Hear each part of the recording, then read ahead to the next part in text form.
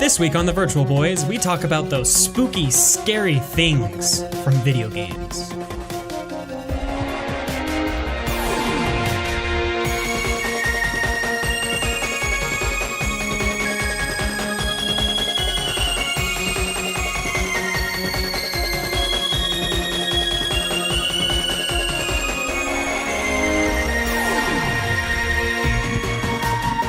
You're listening to the Virtual Boys Podcast, a podcast of four friends dedicated to discussing and analyzing all things Nintendo. You can find us online at virtualboys.xyz, as well as on your social network of choice. Don't forget to subscribe, leave some feedback, and share us with your friends. Oh, and please enjoy the show.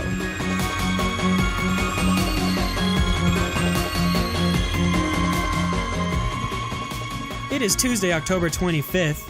I'm David. Shadow Temple here has gathered Hyrule's bloody history of greed and hatred. Joined today with Skylar. Get out. Jordan. You've met with a terrible fate, haven't you? And James. It arrives near the moment of death and steals spirit from the body. Which Pokemon was that? This one was Lampert. Okay. I decided to do Lampert instead. Yeah. And Jordan, I almost called you James because we usually go James and then Jordan. But I decided to switch things up because last week actually, you were we usually like do pretty Jordan upset. than James. Usually I'm the Is that how we usually do it? Uh-huh. Yeah, I guess we changed it. We're in I'm different switching spots. it back, going around. We've changed orders in the seating, so Flip-flop. Flip-flop. everything's all messed up. But anyway, so happy Halloween, everybody. We're recording right before Halloween since it's October 25th. And we hope that you have a great Halloween. Let's just jump straight into our business, what we've been doing lately. Would anyone like to go first? Sure. I've been playing a lot of Pokemon Y lately, trying to finish that one because I deleted my file a long time ago because I usually just run through doing Nuzlocke challenges, and now I'm trying to get the living decks. So I have to beat all these games now to get to the end so I can actually catch the Pokemon in them. Yeah, fair enough. Yeah, that's what I did with my X run through. So Pokemon. So I forgot how long the beginning of Pokemon Y is. Like, you don't get to the second gym till your Pokemon are like 25, level 25. Yeah, I noticed that. They're pretty high leveled when you get there. Pretty high level to when you get to each gym. That's true. And then the Gym 3 is pretty close after Gym 2. But that gap between Gym 1 and Gym 2 is just, it's really large. Yeah, it really is. It's when they show off the what's it called? The daycare and all that stuff, right? And the city, the main city. Yeah, you go to the main city, and then you have to go to the next area. And I think you go to the mansion before you go even to the second You go to the mansion, gym. you go into the cave, you go in, you go find your fossil. Yeah, and fossil. Then, you go to another route on the beach line or whatever. Yeah, you get your Snorlax. And And I then forgot how funny that is. Then you finally get your bike, and then you get into the second gym. Wow, you get your bike before second gym. Yep. That's Wow. really crazy. There's a lot of stuff that happens in between there. Yeah. Interesting. Now, we've talked a lot about Pokemon lately, Jordan, but is there anything in particular that you're liking about this run-through that you're doing right now? I got a Sableye early on, and that's one of my favorite Pokemon, so... Hey, Sableye's I got good. Sableye and Golett. Oh, yeah, Golett's one of my favorite Pokemon, and I think this is my first run of actually playing with a Golett. You found a Golett? I found a Golett. Oh, shoot. The third gym was so easy. It was fighting. None of the Pokemon had moves that could hurt my Golett or my Sableye. Knocking them all out. That's great. Here we go. Like, the trainers, they would just throw out their Pokemon, and then they realize that Pokemon has no moves, so they'd withdraw it and send out their next Pokemon, realize it had no moves, withdraw it, and they would just take all this damage. It's just like, this is easy. This is great. Sableye's just sitting there just doing Shadow Claw, Shadow Claw. Dead. That's another Sableye's such a thing. cool looking Pokemon. It is. It's so cool. But that's I wish another I thing had that I an noticed about X and Y is they withdraw Pokemon all the time. Like the enemies, the trainers. Mm-hmm. They'll withdraw Pokemon when they don't like the matchup, which is really cool because most games don't really do that. Yeah, that's how Pokemon battling is supposed to be. Yep. Switching out is a totally legitimate thing to do in battling. So I'm liking my team. First run with Golett, as I said, and Golurk is one of my favorite Pokemon. I love Golurk. He's great. which starter did you choose? Greninja. Again. Ninja. I don't think I've ever ran through this game without Greninja. Because I always want to try and do Chespin. I hate Fennekin. I hate Fennekin with a passion. But Yeah, Chespin's fine. Chespin's fine. But Greninja is one of my favorite starters of all time. Yeah, Such a good one. I ran with Chespin on my last run through, so it's pretty cool. That's the same with me. In my run through, like Chespin is, he works, but I like Greninja better. He's got some really unique abilities specifically for him, like Spiky Shield, which he does damage while protecting himself. That's pretty sweet. That's crazy. Yeah, he's a decent tank. Yeah. Well, he was designed to be the tank. The three starters were designed off of the traditional role-playing classes: Rogue, Paladin, and Mage. Yeah, it's so cool. It's really cool. Yeah, I mean, and Fennekin has its, I guess, its special moves too. I'm just not a huge fan of the design. I guess. I don't know how you do. Yeah, typing is pretty cool. The fire psychic typing. I don't know how you would do the design better it's just with too a mage. humanoid. That's true. It is pretty humanoid. That's the problem with it. Yeah, which is why a lot of people are like making funny jokes about Litten's new evolution, the final one. When they revealed it and the leak wasn't confirmed for the final evolution, somebody had posted an image of Litten with its front paws, or not Litten, the evolution of Litten, with its front paws duct taped down to the ground. And they're like, you will not get off the ground. You will stay on the ground, these front paws. And then somebody drew the final evolution that was leaked, but with him doing a handstand with his hand still duct taped to the ground. That was pretty funny. Yeah, people are starting to get tired of the humanoid fire Pokemon. Well, I'm just sick of fight typing. Yeah. Well, that me too. I don't know, because Blaziken and Infernape and even Emboar didn't seem that humanoid. Not humanoid, but I was tired when Emboar was announced as firefighting. I was kind of like firefighting, but we don't know. True, it could be Fire Dark. It could be Fire Dark. I don't think it will be. I think it's going to be firefighting. He looks like a wrestler. Every time I talk to someone, except for Skylar, everyone says it could be, but it's probably not going to be. Like it's not Fire Dark. There's no way. It can be. Dark is represented in the Pokemon world as a Pokemon that fight dirty, as buff Pokemon. But he could just be one of those like fake wrestlers that fight. They fight. He's a luchador. He doesn't have the mask though.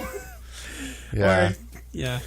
I don't know. It's even the luchador Pokemon's fighting. I'm fine if it's Fire Dark. I'll be very happy, but I just don't see it. I don't care because I'm just choosing Rowlet. Now you talk about humanoid real quick. Was Greninja not humanoid? I don't think so. I don't classify Greninja or Infernape, like I said earlier, as humanoid. Even though they stand on their hind legs, they don't look human. They're not.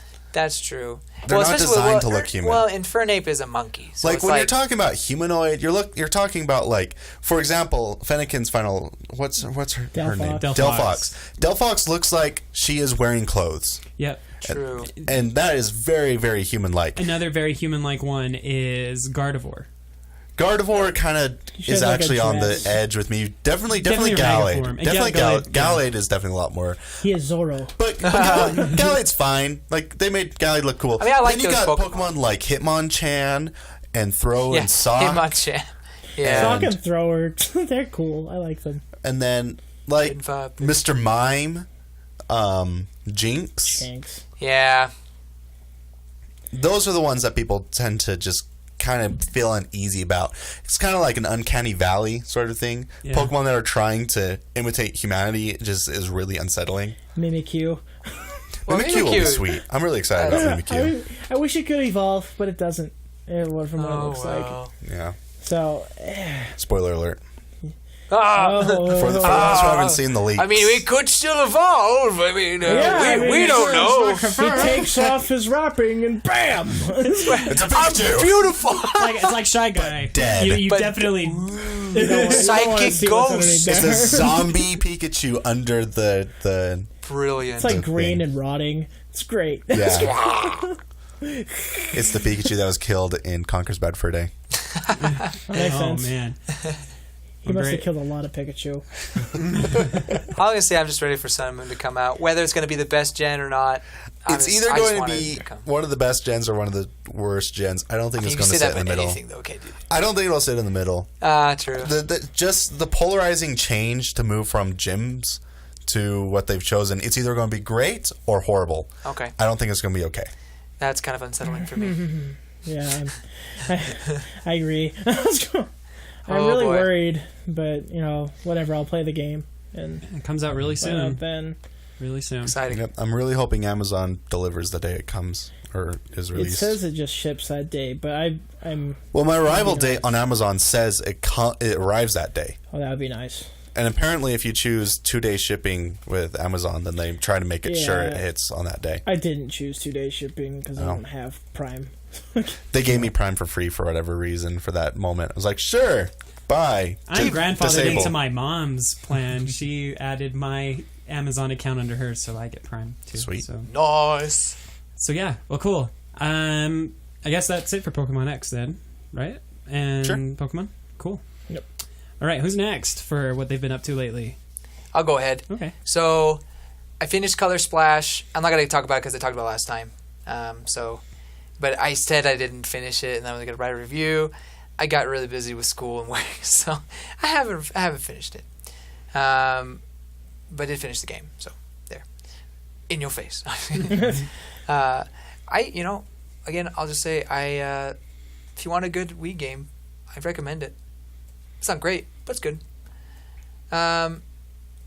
Besides that, I haven't really been playing anything, hence being busy, but I just kind of really wanted something to tie me over until Pokemon Sun and Moon, so I think I'm going to pick up or start playing either Metroid Prime 2 or Fire Emblem Path of Radiance.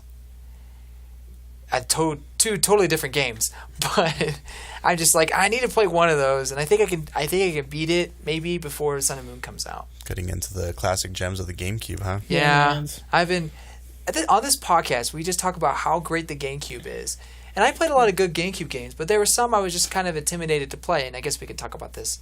I could put this in my things that I'm scared of later on, but yeah. So now I'm finally getting around to it. That's good though, because they're great games. Thank you, David. Yep. Metroid Prime 2 was one of those for me as well. Yeah. Well, and I did see you guys play it recently, so it's a hard choice, but I'll come up with a choice soon. That's good. I would say I'm streaming it, but I don't have a capture card. Yeah, that's one thing. But anyway, that's all I've been doing. Cool. I'll go next. I did beat another video game, Skylar. I beat Banjo-Kazooie. Gosh. I actually did it. I powered through that stupid quiz. Is this the second game you've beaten? On the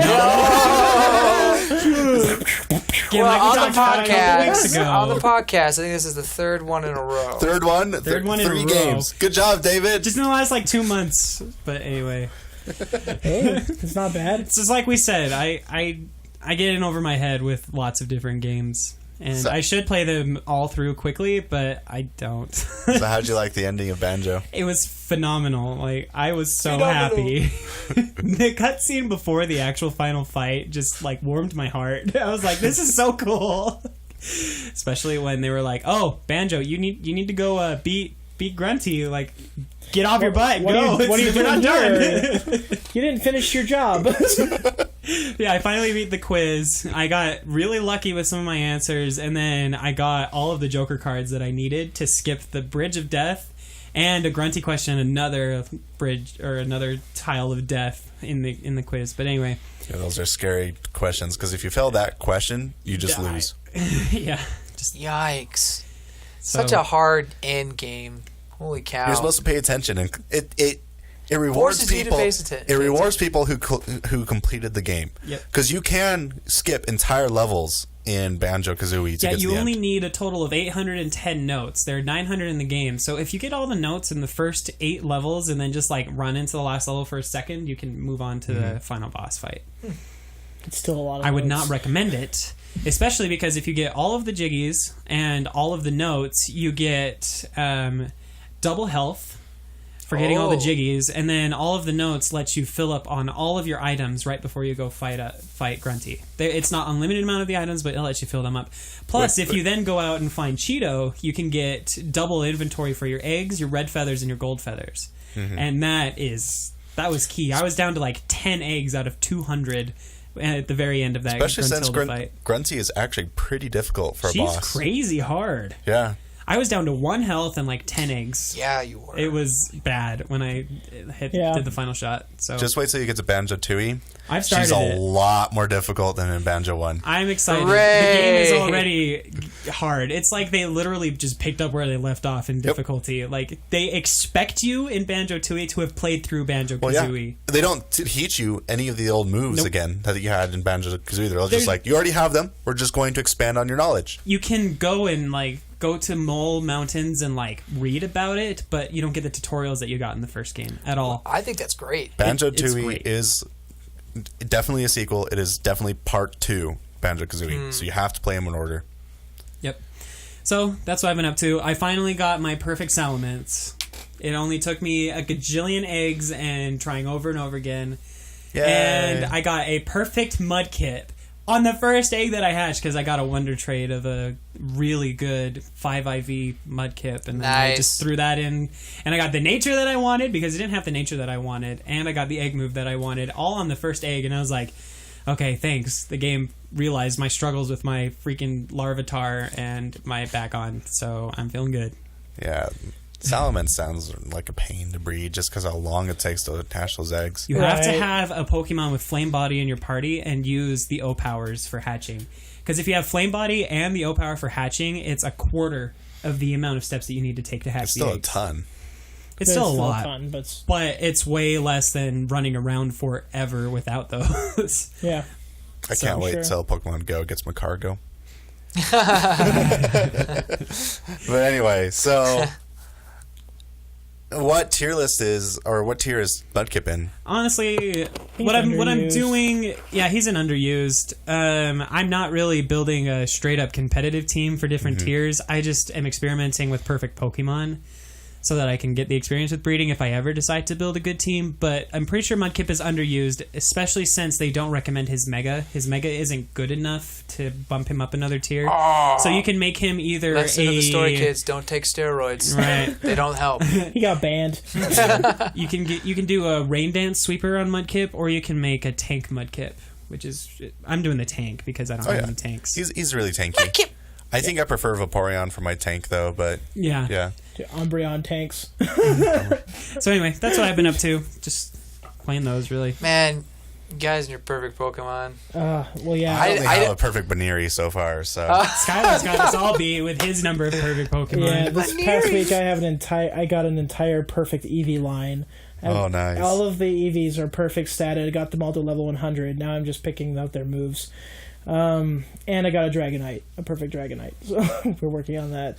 But what I've been playing a lot of Fire Emblem, Radiant Dawn for the Wii, because I played Path of Radiance last semester or last year, and so I'm picking up with Radiant Dawn again, and I love this game to death. I love watching you play it. It's great. I love all the speed on, and just like clicking, moving around super quick, getting through it, much of it as I possibly can. It's a lot of fun.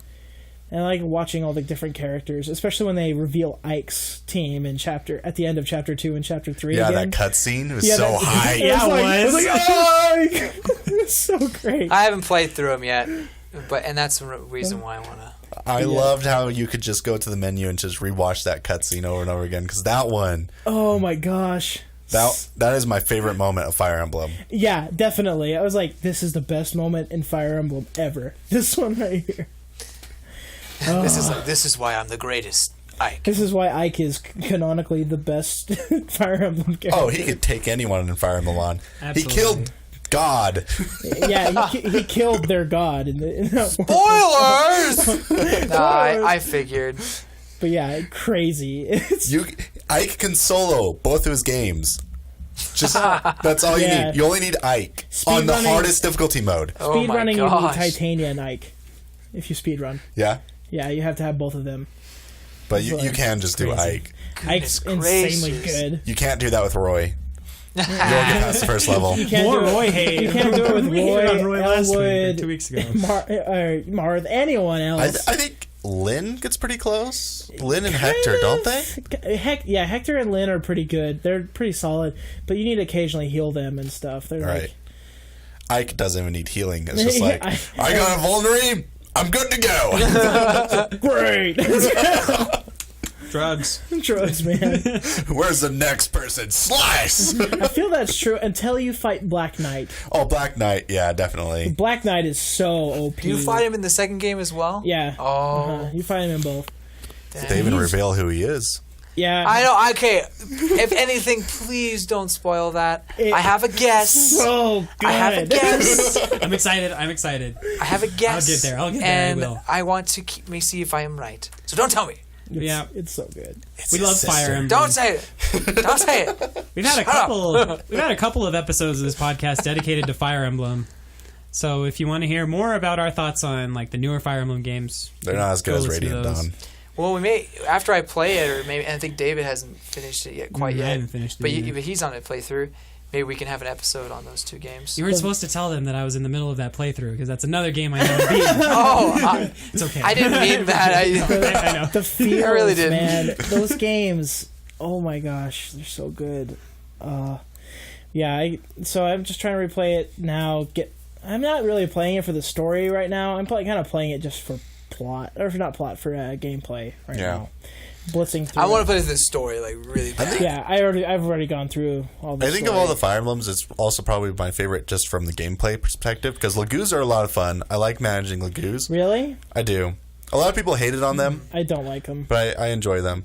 And Besides, the I key love units. just being swarmed with enemies. I Yeah. don't think any other Fire Emblem comes close to the amount of enemies that Radiant It's Dawn like the drops chapter on right maps.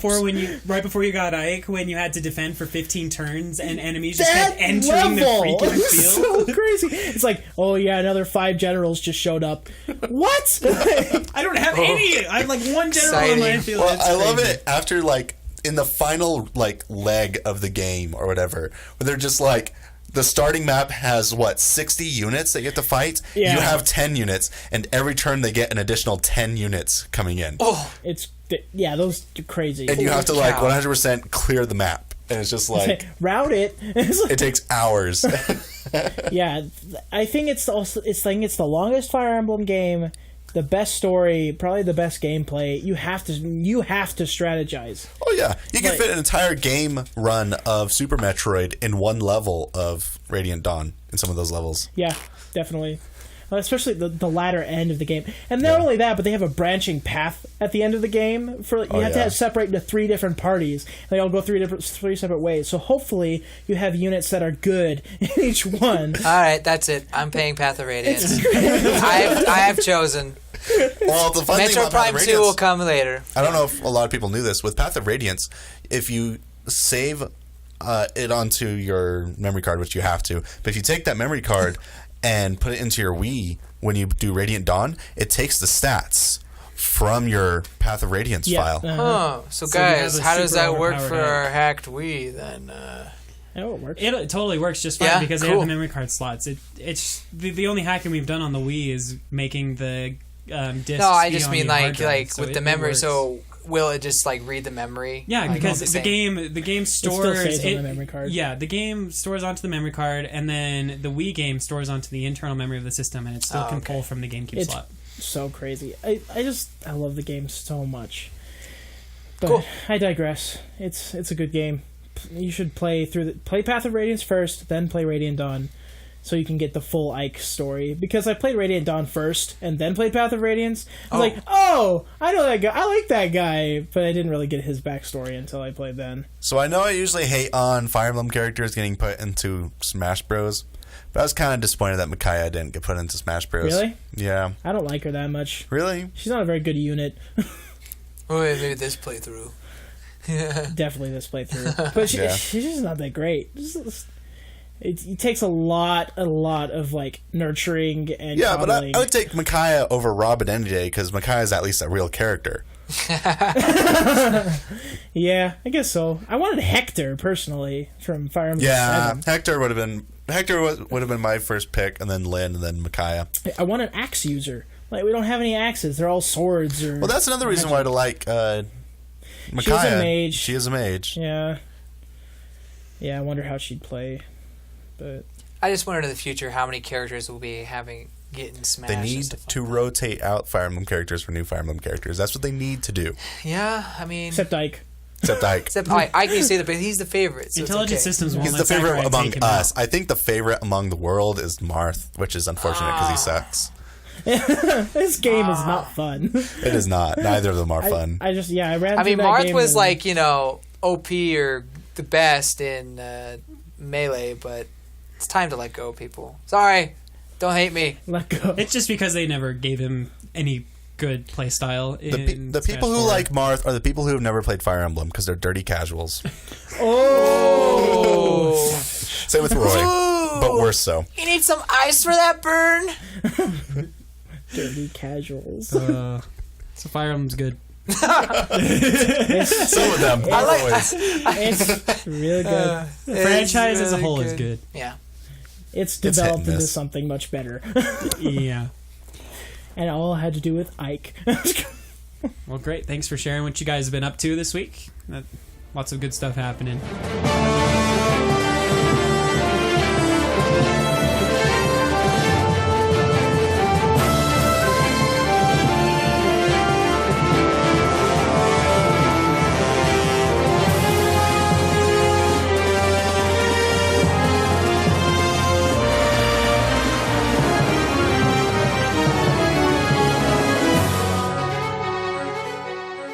Now we can go on to some news, but because, it's October and Nintendo's getting ready to switch over to a new platform, we don't really have a whole lot today. I said Switch again. That is like Was that on purpose? Or? No, but that's two episodes in a gonna row happen when a I've lot. said Switch. Gotta make the switch. Gotta make the switch to Gotta Switch. make the switch. But anyway, two things. If you're playing Pokemon Go, you've probably noticed by now, but there's a Halloween event going on. James, you want to tell us what that does? Yeah, so from I believe it's 26th to the 31st, you'll be able to catch more spooky Pokemon, as they say. So basically, the Ghastly family, Drowsy family, and Zubat family. What? Not Those Crobat. aren't ghosts. I don't know why, There are but only they're three ghost types in the spooky. whole I first mean, gen. Drowsy and Hypno is pretty Technically one. spooky, though. It kind of bothers me that we separate each Pokemon in the family as different Pokemon. A Ghastly, Haunter, and Gengar are the same Pokemon. It's just different forms Well, of that I'm Pokemon. saying it that way because otherwise it sounds like there are no ghost Pokemon There's with only one. We have to inflate it somehow, Jordan. Somehow. There are three. But you're right. There's I wish There's they one. really did the one. same thing with Yeah, dragons, Yeah, that's So- true. which there's only one You of know, those too. so that's fun. And if you don't have a Gengar, which I don't think none of us do right now, this Nope. is gonna help us get one. Because whenever you catch a Pokemon, all the candy you get is doubled. So catching Pokemon, instead of 3, you get 6. Transferring is 2, so on and so forth. And your buddy, actually, it lowers the amount of distance it has to walk to find a candy. Instead of being double candy, it lowers the distance. So Yeah, I can go it's- trick-or-treating for myself and my Pokemon. Like- Yeah! It's like usually Magikarp is 1 kilometer, but now it's 0.25 kilometers Yeah. per candy. That's Yeah. incredibly good. Yeah. I'm just So- going to go for a 10-mile run now. I'm just kidding. I'm gonna run 100 kilometers to get my Gyarados. Here we go. No, besides that, I don't think experience has changed, Shame. No, unfortunately. But that's about it. but the ways to get experience has been made a little bit easier over the next 5 days with all the evolutions. and True. the catching Yeah, all the and level of catching. You're right. You're all right. that stuff. So Yeah. Yeah. Also, in the Pokemon Go update, they changed the color of the eggs to match like their. The It says distance Professor required. Willow discovered that the eggs have different colors. Like, Professor Will didn't discover this. You guys just added a palette swap in they there. discovered. I mean, Great. what was I, colorblind the whole time? now I got a bunch of nasty looking brown 5 eggs in my box. Yeah. And the 10 is purple. That's not. I like better. purple. So they just change the colors based on Yeah, how if it's long 2, you can 5, walk. or 10. Yeah. Why don't they change them based on like each Pokemon so you know what Helps Pokemon's so going to be? much. Yeah, Then I so can 2 trap are green, all my the Zubat 5 are eggs. orange, and the 10 is purple. So, Nasty. yeah. Pretty boring. They look like dinosaur eggs now. I don't know why. To me, it's just like, wow, I They look wonder. like Yoshi eggs. Yeah, they're all Oh, Yoshi eggs. Yeah, that's better. That's better. To me, they look Yeah, like I've seen Yoshi them. eggs from the beginning, but Pretty cool.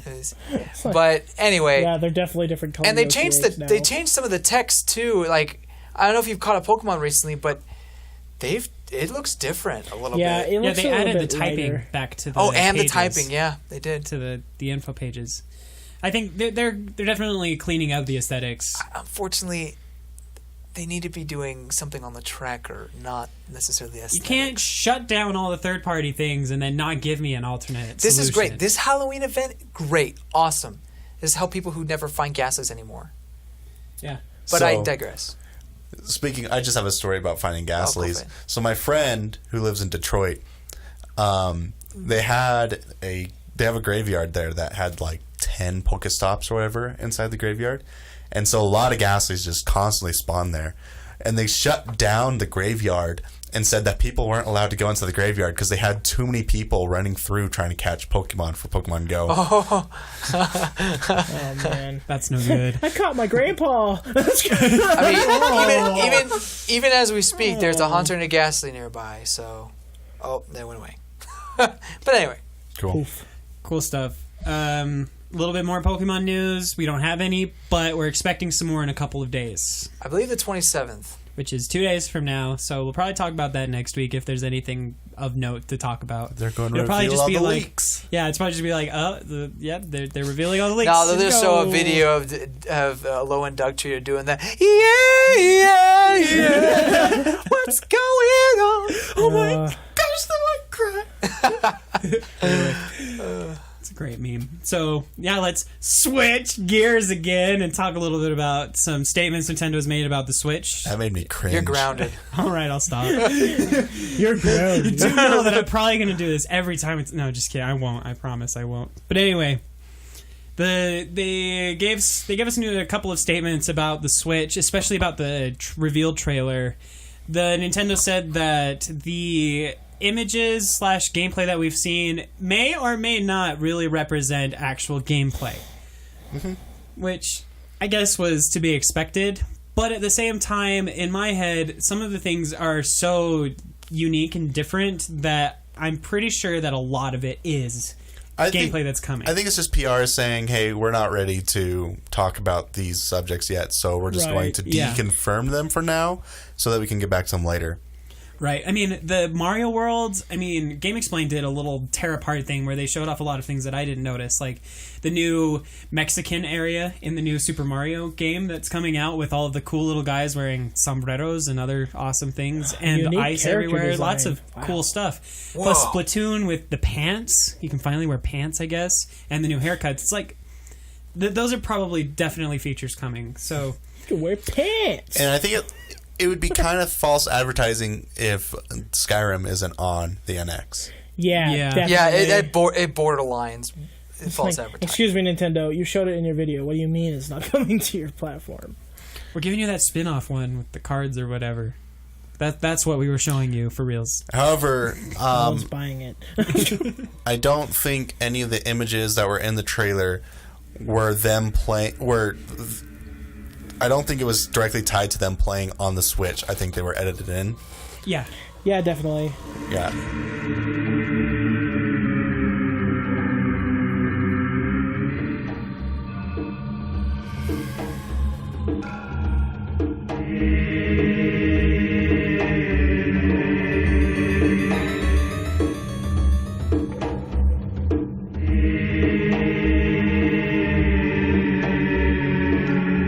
That reminded me with that same Game Explain got an interview with one of the guys that was on the trailer, and within that interview, from what I read after it was taken down, he said that they had a bunch of Wii U's set up so that the people that were in the Splatoon portion could play some Splatoon to see like how you would use the controls and respond for playing through Splatoon, and then they just went out and like pretended like they were playing Splatoon. So However, none of it they was- did get to touch it was the real Switch that they were holding. They did touch the real thing. The actor did say it was the most comfortable controller he's ever felt before. Yes. Oh, he did He was say- talking about the Pro controller though. Yeah, I he was remember saying reading about the the Pro Pro controller is controller. amazing. He But said still, the that's thing awesome. that bugged him about the Switch slide-on controllers was that the analog sticks are based on like the GameCube again instead of the Wii U Pro controller, where the control stick is above the D-pad, but the secondary stick is below the A, B, X, Y buttons. He says he doesn't like that as much. But maybe that would please. I like it that way. I like it But that maybe way, that too. will please the GameCube controller fans. You know, GameCube controller fans and the Xbox fans. because then you have because then you have the Pro controller. Yep. Wow, this is great. That sounds fine with me. Let's go. Let's do. Good job. I just wish they had notches. And then, Okay. All right. And then I don't know if we talked about Makes this things last so much time. easier. But yeah. Okay. But I don't know if we talked about this last time, but I remember reading that somewhere that Nintendo said we're not getting any more Switch news until 2017. I Right. think that was just a rumor. Is that just a Nintendo rumor? hasn't officially said it. No, I'm pretty sure they they said said it. Game Explain was reporting that their sources were saying that. At least Oh, from okay. first parties. I'll double check real Yeah. quick. We weren't getting any news. I shall Yeah. double What check. that means for third parties, I don't know. Yeah, I imagine third parties like perhaps they'll lift some sort of ban. I'm not sure. I really hope they do because they need to start advertising Hype this sucker. train, baby. They don't March. I think holding it off till 2017 actually works fine, just because of how information is spread nowadays. Right, how Because instantaneous if it they is. if they hold everything now until 2017, that only gives them if it releases at the beginning of March, and they start their campaign mid-January, that's only like a month and a half, and they can spend that entire month and a half every week just dropping some big bomb so that they stick at the #1 trending the entire ride into their release. That is a good point. That might be what they're doing then. I could totally see them doing that. Because this trailer was on #1 trending for a good while. It's at 15 million. Last time I checked, it was at 15 million views. Which is like the most views in Nintendo videos ever Okay. gotten. Yeah. More on their views. YouTube yeah, channel. crazy. There More are views more- than Breath of the Wild. There are more views for the Switch than there are people that bought the Wii U. Ha! There are more views of Nintendo Switch than Nintendo Minute has for all their videos combined. What's in the Nintendo Minute? The Exactly. two Treehouse employees. Or They must be something Treehouse. pretending to play video games. Oh gosh. You know, I never owned Twilight Princess back on the Wii, but No. She did Never own owned it, but a she never Wii. owned a Oh, Wii. right. She never owned a Wii. Her friend bought it for her for Christmas or something. Yeah. And then she didn't have the console to play it on. It's like, What makes me wonder if her parents Why were do you like work against for it. Nintendo? Yeah, why do you work? There are people Give who me would your kill for your job. I'm so glad I get to play it now. So here's where the statement came from. A reporter for the Wall Street Journal said that his source from Nintendo said that. So Nintendo didn't officially say it, according to this site. So maybe there will be news.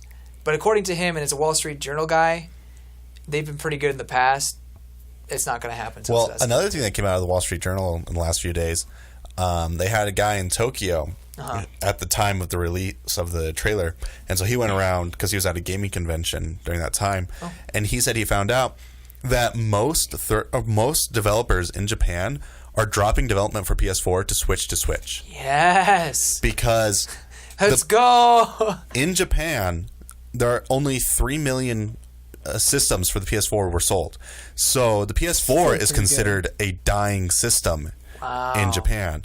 And Xbox and Wii U are way behind even the PS4. Oh, yes. I was going to say. And so the idea is that stationary consoles are just going to be dead in Japan. And because the Switch is going to be a handheld device, they are hoping that they can keep making dedicated hardcore games, but they'll actually have an audience for them. So everyone's switching to the Switch, and apparently it has comparable specs to the PS4. Wow, that is incredible for a handheld.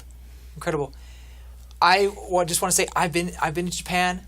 Was it last year that I was in Japan? And I saw a lot of people. There were some playing 3DS, but most are playing on their phones, their smartphones, their tablets. So I think this is brilliant for Nintendo, especially in Japan. And I think it'll have a huge plus side over here. But Japan right now is definitely moving more towards the mobile gaming and not just home console sitting and playing. Yeah. Korea may be different, though. There were a lot of people that were complaining that while the guy in the trailer, he took his console out of the little hub thing and went to go take his dog for a walk and then started playing Zelda. And they said there was frame rate issues. but because he wasn't actually playing Zelda, there wasn't frame rate issues, so people are freaking out for no reason.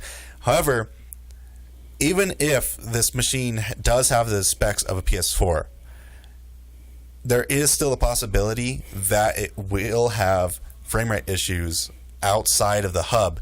Now, if we were to even just like assume that the hub gives no additional support to specs, Okay. I guarantee there's going to be battery options so that you can have power saving modes that will bring down the specs so you can increase the amount of battery. That will probably cause some frame rate issues. So it will depend probably on you or your personal preferences, but I wouldn't be surprised if some people will get turned away from that. Yeah. I mean, people are obsessed with frame rate, which, if you can't play the game, then that's horrible. But Yeah, flickering screen and stuff. Yeah. I'm just really excited for the Switch. I'll keep saying that. It looks awesome. I mean, I've talked with a bunch of people about it in the last week. People that aren't necessarily Nintendo fans. People that are at marching band or something. And they're like, so what do you think of the Switch? And I'm like, oh, I'm getting it day one, probably. And they talk about how excited they are, how they haven't had a Nintendo console in a long time, but they're excited for this because it's something new and something that they could definitely get on board. I hope it's not just like a bunch of hype that they're saying, that they actually will buy it. I've been talking around too, and almost everyone I've talked to is really excited as well. There has been one person, though, who has come out. He was the IT guy. He's the IT guy who works at the same building I work at. And he says he's going to buy a Switch. It's going to be the first Nintendo system he's bought since the Super Nintendo, I believe. Wow. But he is really disappointed with how it turned out because it's just another Wii U in his mind. And so I think Nintendo's going to have to really push it home that this is not another Wii U. This is something new. You can go in the bathroom and play it. I don't know why I keep bringing that up. He couldn't understand because he thought that the Wii U could just be taken around. So that is going to be a new. So how do you market it that it's not the Wii U? I don't know. We do not want to play. We want to switch. I don't know. Would you like to switch? Luckily, not enough people really know about the Wii U, so maybe this won't be a problem. Yeah, maybe it won't be a problem. Because the Wii U kind of didn't exist. Well, it helps that they changed the name big time. Yeah, no huge. more Wii. No, Wii is gone. You know that there were people at least in Nintendo America that thought, what if we named it SWIITCH? The Switch. The Switch. You're like, fire those people now. All right, you'll never work at this building again. Goodbye. Leave Washington. Yeah. Oh, one last comment I wanted to bring up with the Switch is they showed off a spec, a little, like, I guess it was kind of like a concept idea or something about it. I don't know if Nintendo officially did it or I think they probably did. But anyway, it shows the headphone jack on there. And underneath where it says it's a headphone jack, they're like, save the courage for Link. And so everyone's like, Reggie came up with that to burn Apple because they're like, we're taking the courage to remove the headphone jack from the iPhone 7. And Are you sure Nintendo That's did what I that? saw in multiple areas. Like, it wasn't just like somebody doing it. I don't know if Nintendo did it or not. I'm just saying it's really, really Save funny. The courage for Link. Save the courage for Link. You'll have to show me that because that's really funny. I want to see it. So, yeah. We will definitely talk about Switch news as it becomes available because it's amazing. Whenever we just feel like it because we love it. Yeah, totally can. I mean, it's a good thing to be hyped about. It really is.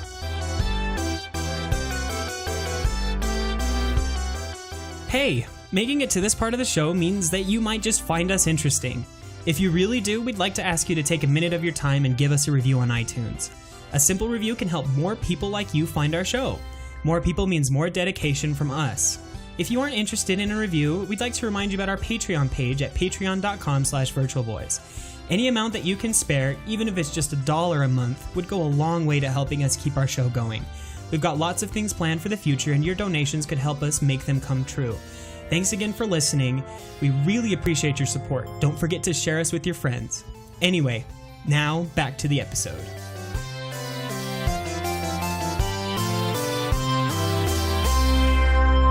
And now for this segment, we're going to talk about a Halloween theme by talking about some of the scariest moments or areas in video games that we experienced when we were younger. You know, things like, I mean, we talked, when we talked about Luigi's Mansion, we noted that Nintendo hasn't really made any strictly scary games other than Luigi's Mansion, but there definitely are some scary moments in games. I mean, our introductory quotes were some of the scarier, like, themes from games. I mean, I shared the Shadow Temple from Ocarina of Time. Jordan shared the Majora's Mask, which in itself is pretty creepy, everything that happens in there. It's creepy. Yeah, I enjoy it. Skylar, what was yours good. From again? You said get out. It was for Donkey Kong 64.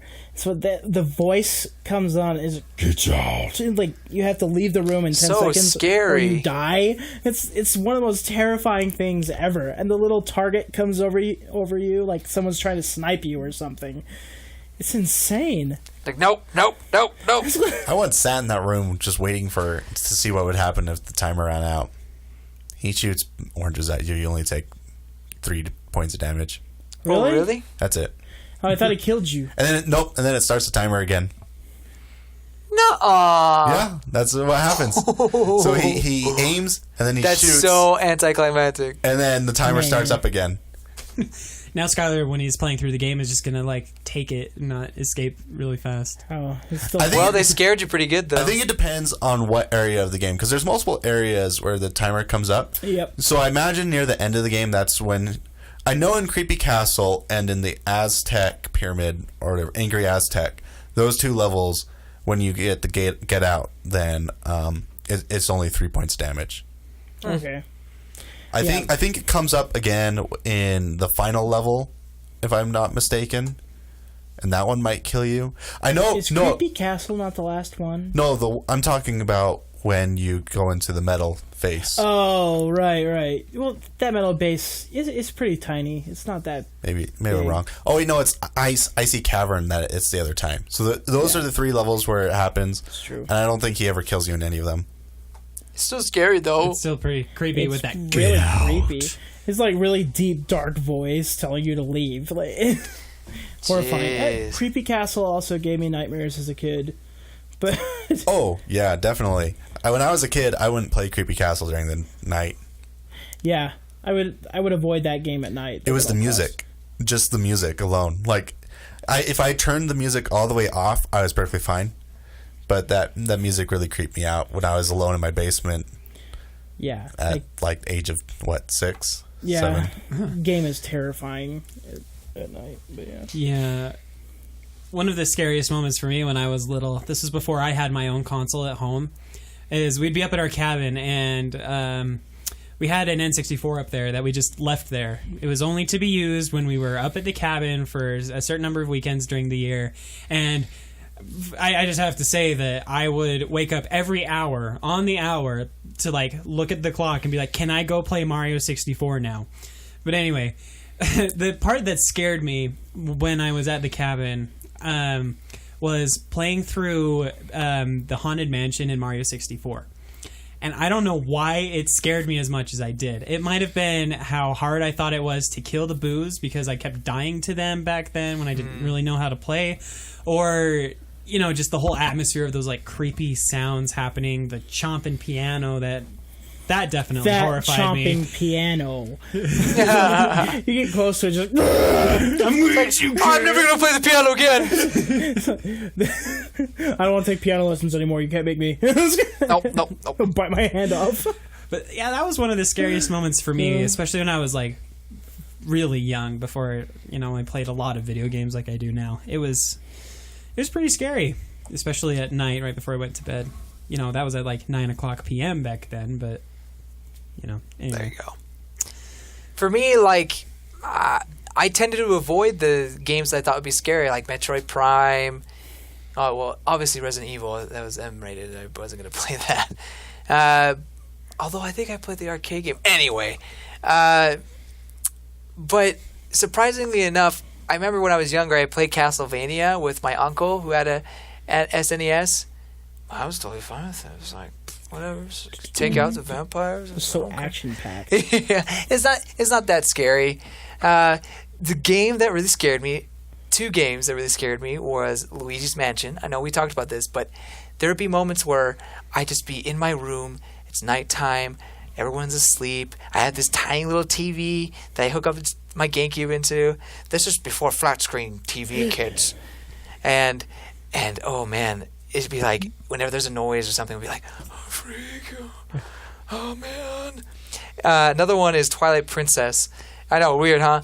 But for me, I don't know what it was. When I was in a dungeon, I just was like so scared, and it'd be at night because I don't know. I that'd be the only time I could play, and it's just like, okay, it's okay. Whatever comes out. It was especially the Ice Temple for me. Oh no! The Shadow Temple, the freaking Shadow Temple. Arbiter's Grounds? No, not Arbiter's Grounds. The Twilight Temple. Oh, Twilight Realm. With that hand that just comes out and just like follows you, like, get away from me! Be gone, Satan! And that sometimes would give me some nightmares. But besides that, I never really played any scary games. I kind of just avoided them. I remember being surprised and a little scared by the mini boss in Arbiter's Grounds. Absolutely, that was the ghost. Yeah. That was the sword is just like flying by itself, and then you switch into Wolf, and you're like, "Whoa!" He does die pretty quick. He's pretty, but no, he's so cool and scary. Yeah, he was creepy the first time I played through the game. So for me, I don't know. I don't get scared very easily in games. I did with Creepy Castle when I was a kid, but they're games to me. I don't know. I have a different mentality going into it, I guess, than other people. You guys should ask Zach about how I ruined Amnesia for everyone. Like, we were playing through Amnesia or whatever. What's Amnesia? It's supposed to be one of the more horrifying games for PC. It's a PC game. And they're like, oh, because it was a Halloween party, and they were like, we should play through Amnesia. And everyone's like, no, I'm too scared to play it. I'm like, I'll take it. Like, I don't care. It's my first time playing Amnesia. And everyone's like, well, okay. So everyone like huddled around TV to get scared or whatever. And since I'm a power gamer, the first thing I did was just run straight forward to the goal. And I ran so fast that I outraced the cutscenes where the monster's supposed to come and like grab you or something. And so the monster never showed up. And we went through the entire night without me ever once coming across an enemy. What? And so at the end of it, Zach was like, well, that was lame. I don't think I like this game. That's right, I'm the best there is. yeah. However, I will say, while it did not scare me, I did find it a little creepy. The cutscene in Twilight Princess where the snake spirit talks to you and teaches you about that's just creepy, about corruption or whatever. The dark interlopers. Freaking that was really creepy. That creeped me out a bit. Yeah. creepy. There are a lot of really creepy I'm going to turn around things and in find Zelda. out that David's face is actually Link's. Damn it! He has a knife. I do not have a knife. Stab, and then there's falling women. Okay, I could live with this. But it's all the same one. They don't have eyes. Oh no, they had eyes. They were like, ah. The other game that scared me to death. It's not from Nintendo. I'm sorry. That's fine. That's okay. When I was young, I played the first couple missions of the campaign mode in StarCraft, and then there was that cutscene where one of the Zerg like attacks a farmer and eats him. Oh. And then I never played that again until I was like 12 years old. Yeah, reminds me of the Metroid Prime game, like when it just pops up and there's this pulsating brain on the screen. I was like, I'm taking this back to the store. I didn't play It's too much for me. Now that I think about it, the first time I opened Metroid Prime, that did scare me too. I was like, ugh! I took it back. I was like, I can't handle this right now. My poor little brain can't handle this. But then I watched my cousin play the game, and I was like, oh, that looks cool, so then I jumped into it. So Yeah, the scariest it took me a parts for me while. in that game, though, were when it gets really dark in Phendrana Drifts with the right. pirates. I mean, the With the first time I was pirates. playing this, I was playing on an old like CRT TV, and so the brightness wasn't very good. And so I couldn't see anything, and I would switch to my thermal visor. I'd see a little bit, but it just scared me. I don't know how to explain getting it. that X-ray visor. See, I thought that was a lot of fun. It was fun, but at the same time, I'm like, please, pirates, no. I'll be Please, honest. pirates, In my playthrough, those darkness parts were kind of scary. And I'm a 24-year-old man. Oh no, I'm 25 now. Prime 2, with like the first scene you go through, and then the Marines all come back alive like zombies. Yeah, and start that's pretty attacking you. creepy. You're like, a zombie's an adventure game. Get them zombs. Zombs. But yeah, Before we became a zombie there's no way I obsessed. could stomach that kind of stuff. That's why this past couple months I've been like overcoming my childhood and playing through all those games. You know what's funny? Even though I kind of avoid scary things, I don't mind haunted houses. And I actually watched The Walking Dead for a long time. I wasn't scared of The Walking Dead at all. It's just all looks so fake to me. I don't know. It's good special effects, but just like, it's not real. It's zombies. Zombies aren't real. Zombies. But vampires, though, those things, they real. They're definitely They glitter in the sunlight. Not those vampires. Not those vampires. They're fake. Not those kind of Actually, no. vampires. Those are the vampires that scare me most. But I totally understand where you're coming from with that, James. Like, for some reason, for me, I feel like I get scared a lot. It's far easier for me to get scared while I'm playing a game as a character than it is for me like watching a show or something.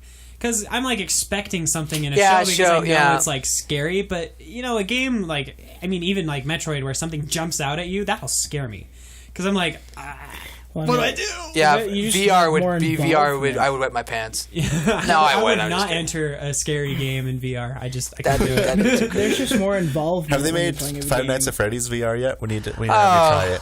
We need to try it. I have tried try VR. it. It's pretty good. Well, No, yeah. Five Nights at Freddy's VR. Interesting. I have, my roommate has a VR set. I don't know if it's real. We need to but- bring it over sometime. Well, what it's As long as we looking, don't play that. Resident Evil 7's looking like one of those jump scare horror games now. Really? Yeah. I don't know if you've seen footage for it, but there's... No, I haven't followed Resident Evil since Resident Evil 4. fair enough, I but... think a lot of people are in your same Well, boat. they're all hoping that, maybe this will be the game that is as good as the fourth, but... Well, Unfortunately. I guess it depends what kind of Resident Evil player you are. If you like spook and that like survival, or do you like... apparently the 3DS one was really good. Yeah, I heard. That's what I heard, but I'm just so out of it now. It's just... Yeah. I wouldn't know what's going on anymore. Yeah. Well, the new one's going to be like super scary, so... Them are generators, though.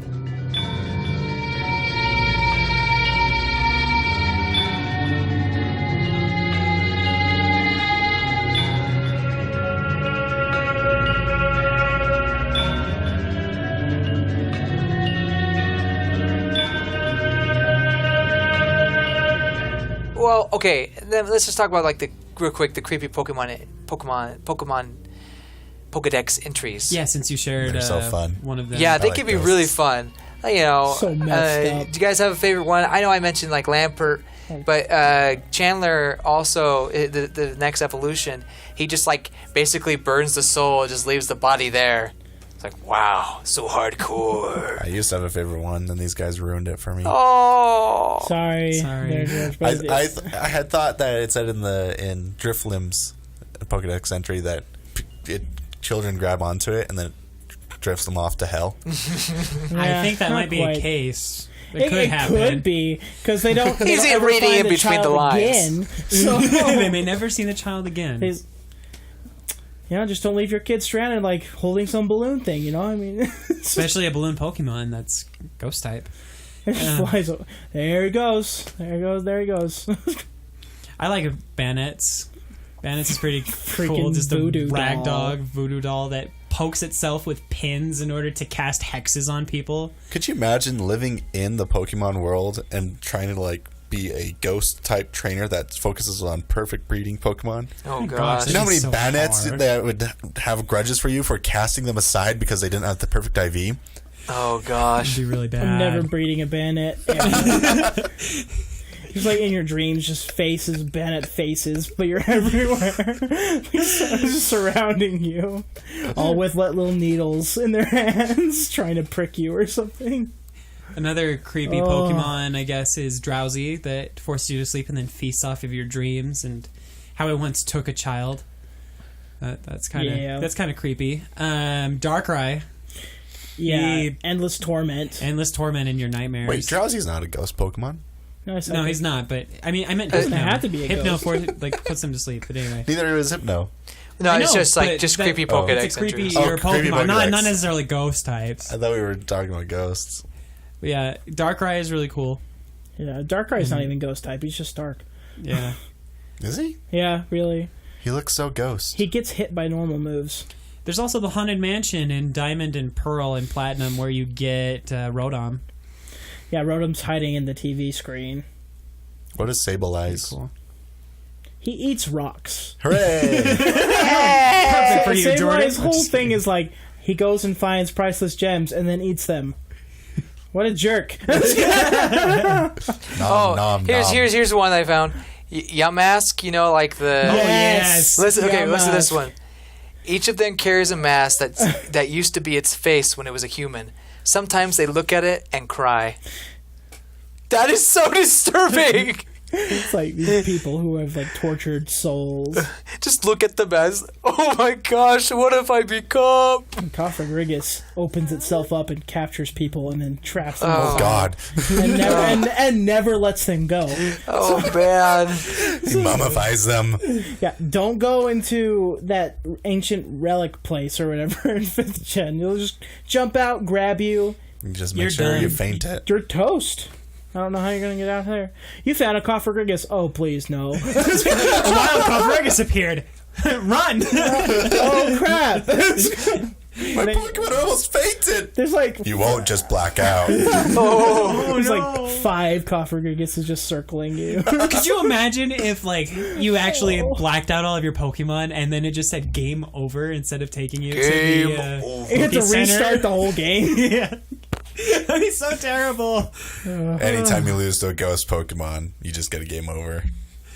Oh, that'd be so You horrifying. can't follow Haunter down in dark alleys, you know. He'll just lead you away somewhere. You'll never be found again. He'll turn you into a ghost and take you through a wild mansion ride where you He'll fly drop a around chandelier forever. on your head. Oh, he was making a reference to Pokemon, the I was anime, thinking, yeah, the anime where, Yep. where they killed Ash. They kill They Ash. straight up killed Ash. in Yeah, the they anime. did. Yeah, they did.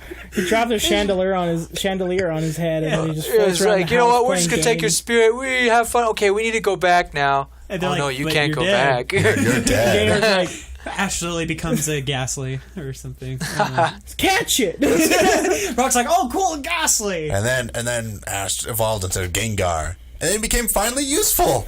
Yay! I And then still someone- don't get why that Haunter never joined his party that he used for the Sabrina fight. He would just Join release it Sabrina. anyway. Yeah, he would, yeah. And That's true. to If you find want out, a tearjerker, though, watch the Butterfree episode again. Oh no, stop! Bye, Please, Butterfree. please. Like, I one. can't take it. That one The actually. shiny He Butterfree. freaking almost he almost traded the Butterfree in a previous Yep. episode. He didn't even care. Yeah. Hates his Butterfree, even though the Caterpie was like one of the first Pokemon he caught. Or was it the first one? Or was it a Metapod Well, he first? cares about Butterfree because It in was the, a in the end, but in the end, he's all like, "Oh, Butterfree have so much memories with you. I shouldn't trade for this Eradicate. Eradicate? You were gonna trade it for young Eradicate? Joey's like, it's a steal! You know, when I was a kid, Raticate was actually one of my favorite Pokemon. No way. Pretty so fun. He's like, Oh, it evolved. It's no good anymore. It had Super Fang. That was so boss when I was a It kid. is so good. Super Fang is OP. He Super Fanged and Hyper Beamed. I mean, it's terrible, yeah, but I was a kid. Give me a break. You're like, yeah! Did you know there are no half level 100 HP. fights in that first Pokemon game? So it's like, yeah. If you get Eradicate, train it up enough, hey, it'll work. You'd have to train it a lot, but it'll work. Okay, I got another one. Pidgeys This is and a Hone Edge. If anyone dares to grab its hilt, it wraps a blue cloth around the person's arm and drains the person's life energy completely. Which one was that? Hone Edge. The The sword. Go. I That's freaking creepy. love Aegis See, Slash. if I lived in the Pokemon world, the only ghost Pokemon I'd have would be Sableye and Golett. One that eats rocks. One that eats rocks, and one that's made of rocks. No, stay away from Golett, Sableye. Biting Golet's leg. Does Sableye remind anybody of Stitch? Just the way it looks? Yeah, a little bit. Did you know that Golett can learn fly? Yeah. Yeah, it's like jet rocket launcher. His abilities levitate. It's just awesome. That is pretty It's cool. so sweet. Yeah. It's really cool. Ground ghost. Like, that's crazy. It's a pretty good combination. One last He's one. immune to normal and lightning. Phantom, the weird ghost Infighting. grass Pokemon. Or the Phantom. pre-pumpkin. Phantom. Phantom. Oh, the Phantom. Yeah, the stump. Yeah, the stump. According to old tales, these Pokemon are stumps possessed by the spirits of children who died while lost in the forest. It's Hansel and Gretel, yeah. Must be a lot of phantoms in the Lost Woods. I guess so. Anyway, that was the last one. The So bodies become. I wasted enough time. Wearing stumps. Stumps.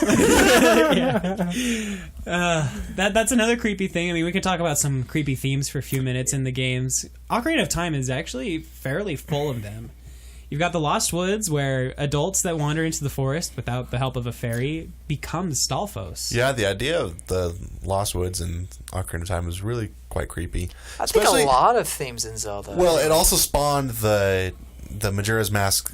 Yeah. You're dead theory. Yeah, or whatever. Link is dead. Yeah, Because he you goes get like lost. Navi. You get lost in the Lost Woods because you don't have a fairy, and so then you get driven. It's the symbolism. Majora's Mask is the symbolism of you going mad. Yeah.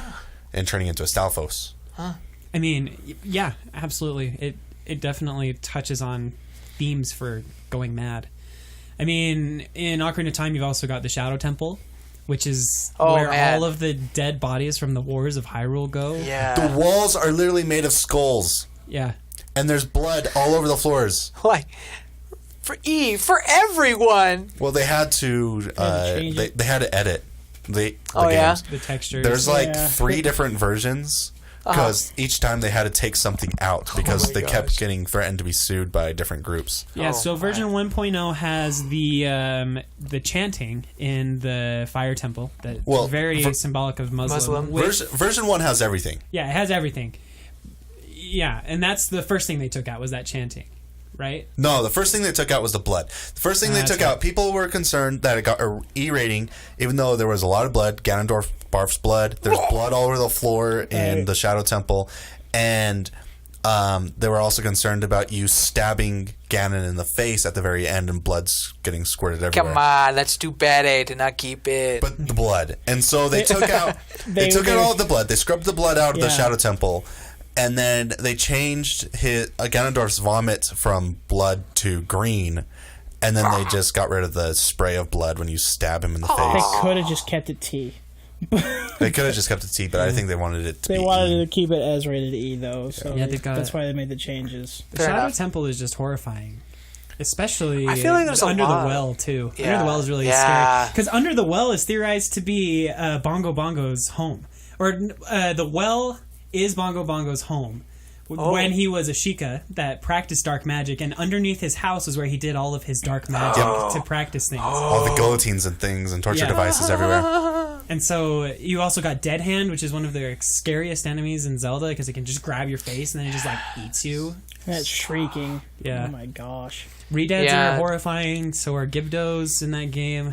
Ocarina of feel Time's like- got some crazy Yeah, stuff. I feel like a lot of Legend of Zelda games just have creepy, freaky things. A lot of them. I mean, Ocarina of Time, Majora's Mask, and Twilight Princess I'd put in there too. Not so much Skyward Sword. I can mean, you've recall. got the under the ground of the ancient cistern, but that's about it. Yeah. Oh, yeah. That's kind of creepy. When but the that's about zombies are it. all reaching That's up and really climbing cool. the rope. That was really out of place. Yeah, it really Well, was. It is based on a Japanese story, that Right. whole dungeon. Yeah. Well, not the whole dungeon, So but it was just lost in translation. yeah. So the whole when the string comes down, it's actually a spiderweb string that goes on with a story that there is a famous. If you want a history lesson, there is a famous thief who Buddha decided, hey, you know what? I'm going to help him out. Drops a spider string down, and he starts climbing up, but he's selfish and starts yelling at the zombies down below, or the other villains, bad guys, say, don't climb up here. And they're like, oh, shoot, now we're going to climb up there now that we notice it. So they all start climbing after him, and they basically drag him down to hell.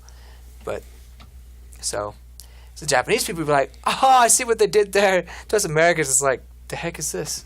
It's pretty creepy, but yeah, it's not something that we'd be familiar with. Yeah. Yeah, and everything in Wind Waker is just too cute. I don't know. The Earth Temple scared me a little bit the first time I played through it. The Earth Temple, the one with all the shadows and the Redeads, and where you take medley. I guess so. That one didn't bug me that much. When I was young and I first played it, it was like Wind Waker was the first Zelda game that I actually played all the way through. And so it was really creepy. I did not want to be in there, especially when the floor masters would grab me after I jumped out of a pot. Like, one of the warp pots spits you out right next to a floor master, and they just grab you, and it would screech, and it wasn't cool. I was never happy about that. Sometimes it's hard to tell as a child what you'll be afraid of. It really is. Sometimes I'm totally fine with that. Pudgy ghost boss, though. Oh my gosh, he's adorable. He was pretty funny. Yeah, he's not as scary as Wind Waker, though, the ghost ship gave me a bit of chills, though. Yeah, I remember coming across it before I knew about the piece in there, that could be and scary. I was like, I'm not. But it was pretty. I don't know. To me, it was kind of like you get in, you're like, wait, this is it. Well, you get in, and it's a maze full of those floor hands, and you can't see very far because of all the mist and all that stuff. True. Like, I don't know. It is pretty creepy. They were going for a creepy vibe. Going slowly, like, don't get dragged into the floor. Exactly. True. Here I am YOLOing it. YOLO! Just like cutting hands and Oh! Ow. Other than that, I can't think of anything else per se. We've talked a lot about creepy stuff already. I imagine there's Mario creepy stuff, and then you could open a can of worms, the creepy pasta that we have, but that could be a whole nother thing. Luigi. We could talk about that another time. Yeah. I suppose. Definitely. So yeah, is there anything else you guys wanted to mention then, I guess? I think we've talked about pretty much everything. Yeah, sure. If you guys want to buy me Resident Evil, that'd be great. Not you guys, but the people listening. I wouldn't mind playing Resident Evil 4. Support our Patreon so James can play Resident Evil. Thank you, Jordan, for bringing that up. Go to patreon.com/thevirtualboys. Link in the description of this episode to give us some support. We'd really appreciate it. Yeah. We would really appreciate it. I'd be able to buy some water. Yeah. Well, I guess that does it for this week's episode of the Virtual Boys podcast. Again, thanks for listening, and thanks for sharing this creepy-ish experience with us. Don't forget to check out our Facebook page and our Twitter page and all of our other social stuff that you can find in the description. Check out our website, virtualboys.xyz. And again, thank you so much for listening. We'll catch you next week. Bye. Bye. Bye. Goodbye, you good people. Watch our YouTube page, please.